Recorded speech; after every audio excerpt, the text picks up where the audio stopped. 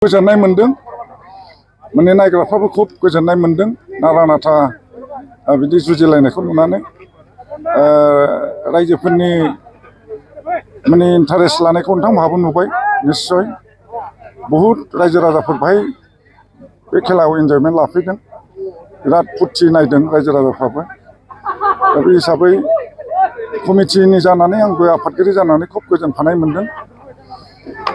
दा खेलायावथ' मोनसे नङा मोनसे जेननाय देरहानाय थायो बे हिसाबै मोनसे देरहाबाय आरो मोनसे जेनबाय। दा बाहाय बेखिनि समाव आङो जोंनि साफ्रोमबो मानगोनां आलासि बिथांमोनहाबो जोंनि हांख्रायनाय बादि सासेबो एबसेन्ट जायाखै फैजोबदों गाहाय आलासिनिफ्राय आराम्भ खालामनानै आरो लकेल जेन्टेलमेनफोर थादों रायजो राजाफोर गासिबो फैजोबदों। जोङो बे ट्रफिखौ दिनै साक्सेसफुल ग्रेन्ड साक्सेसफुल होननानै जाबाय होननानै आं सानो।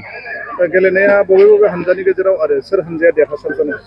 दिनै फाइनाल गेमाव जोंना 11 स्टार बङाइगाव आरो GBFC थारमाने गबिन्द बसुमतारी फुटबल क्लाब जारागुरि बे मोननैनि गेजेराव जादों आरो नारा नाथा जुजिनायनि गेजेरजों माने मेन गेमाव 0-0 आरो माबायाव टाइब्रेकाराव देरहाबाय। गलबेसेनि फारागाव देरहाबाय? 13-14 बङाइगाव 11 स्टार 14 आरो GBFC 13।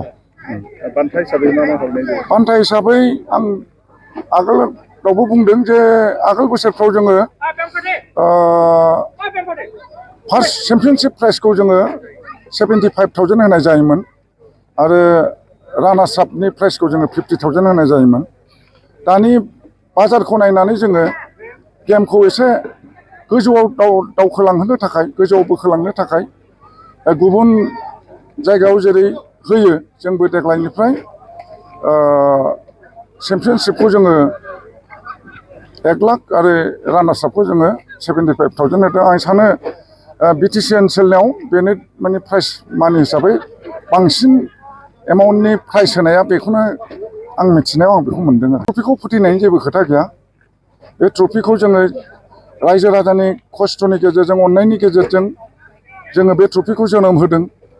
जोङो मुंख्लंफोरखौ सिबिनायनि मुङाव जोङो जोंनि आद्रा थानाय मुंख्लंफ्रा जे आद्रा थालांदों जे आल्टिमेट गल सेपारेट स्टेटनि बिथांमोननि आसाखौ फुरा खालामनो जोङो जेनेरेसन टु जेनेरेसन जोङो बे सेन्टिमेन्टखौ जोङो फोथांनानै लानो नागिरदों। इयुनाव जाहाथे जोङो सेपारेट स्टेटनि थाखाय जोङो खामानि मावहैनो हायो बेनि थाखाय जोङो बे ट्रफिखौ फोथैनायनि जोंहा जेबो बाथ्रा गैया। जों साबसिननिफ्राय हामसिन जों खालामलांगोन।